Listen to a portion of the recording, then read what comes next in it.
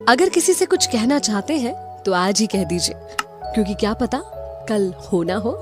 94.3 my FM से मैं हूँ विनी आपके साथ, और चलो आज कुछ अच्छा सुनते हैं। कई बार जिंदगी में मन तो करता है हमारा किसी से कहने का कि तुम मेरे लिए बहुत खास, बहुत इंपॉर्टेंट हो, मगर नहीं कह पाते। कई बार सॉरी कहने का मन करता है कि मुझे एहसास हो गया है कि गलती मेरी थी, मगर सॉरी नहीं कह पाते। कई बार किसी को अप्रिशिएट करने का मन करता है, नहीं कर पाते। और कई बार तो ये होता है कि हम सिर्फ ये सोच कर रह जाते हैं कि मैं क्यों पहले बात करूं, पहले सामने वाले को बात करनी चाहिए। ऐसे ही कपल की कहानी आज आपको सुना रही हूँ, साहिल और मेघा की कहानी। 4 साल के लंबे रिलेशनशिप के बाद दोनों ने शादी की थी और आज उनकी चौथी वेडिंग एनिवर्सरी थी। लेकिन इन 4 सालों में, शादी के बाद के 4 सालों में सब कुछ बदल चुका था। एक ऐसा कपल जो कहा करता था कि हम एक दूसरे के बिना नहीं रह सकते, आज एक ऐसा कपल बन चुका था जो एक दूसरे के साथ नहीं रह सकते थे। हर समय झगड़े, ऐसा लगता था एक दूसरे से बात ही मत करो, क्योंकि बात करेंगे तो वो कब झगड़े में बदल जाएगी पता ही नहीं चलेगा। दोनों के बीच में बहुत मनमुटाव हो गया था, बहुत दूरियां, बहुत कम्युनिकेशन गैप आ चुका था।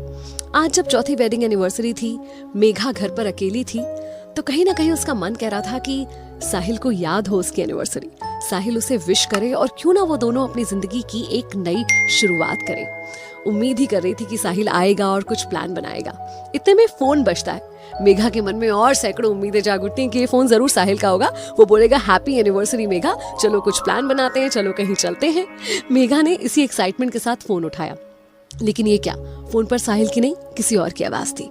सामने से उस व्यक्ति ने पूछा कि क्या ये साहिल का घर है? मेघा ने कहा हाँ। बोले, माफ कीजिएगा मैडम, आपको एक बुरी खबर देनी है। एक वॉलेट मिला है जिसमें से आपका ये नंबर मिला है मुझे, और जिस शख्स का वो वॉलेट था वो बच नहीं पाया, एक रोड एक्सीडेंट में उनकी जान चली गई। मेघा के हाथ से फोन छूट गया। वो कांपने लगी, उसे यकीन नहीं हो रहा था अपने कानों पर जो उसने सुना था।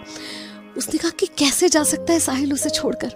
अचानक से उसे उन दोनों के बीच का सारा प्यार, सारे अच्छे लम्हे, सब कुछ याद आ गए।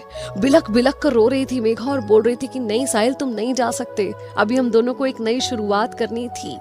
मेघा बहुत सारी गलतियों के लिए माफी मांग रही थी अब साहिल से। कह रही थी कि रिश्ते पर अगर उसने ध्यान नहीं दिया था तो मैंने भी नहीं ध्यान दिया था। अगर उसकी तरफ से कुछ कमी रह गई थी तो मेरी भी तो थी। अगर कुछ गलतियां उसकी थी तो कुछ गलतियां मेरी भी तो थी। साहिल प्लीज लौट आओ, मुझे तुम्हें गले लगाना है, तुमसे बहुत कुछ कहना है। ये सब कुछ कहकर फूट फूट कर रो रही थी मेघा। लगभग जमीन पर गिर चुकी थी रोते रोते मेघा। उसका बहुत बुरा हाल था। इतने में डोरबेल बजती है। किसी तरह से खुद को संभाल कर मेघा दरवाजा खोलती है तो देखती है सामने साहिल खड़ा था। उसे अपनी आंखों पर यकीन नहीं होता। रोते रोते साहिल के गले लग जाती है और उसे पूरी बात बताती है। साहिल ने कहा, आई एम सॉरी, मैं तुम्हें बताना भूल गया, आज मेरा वॉलेट चोरी हो गया था। मेघा ईश्वर का बहुत शुक्रिया अदा करती है और साहिल से दिल खोल कर माफी मांगती है और उससे कहती है कि हम दोनों अपनी जिंदगी की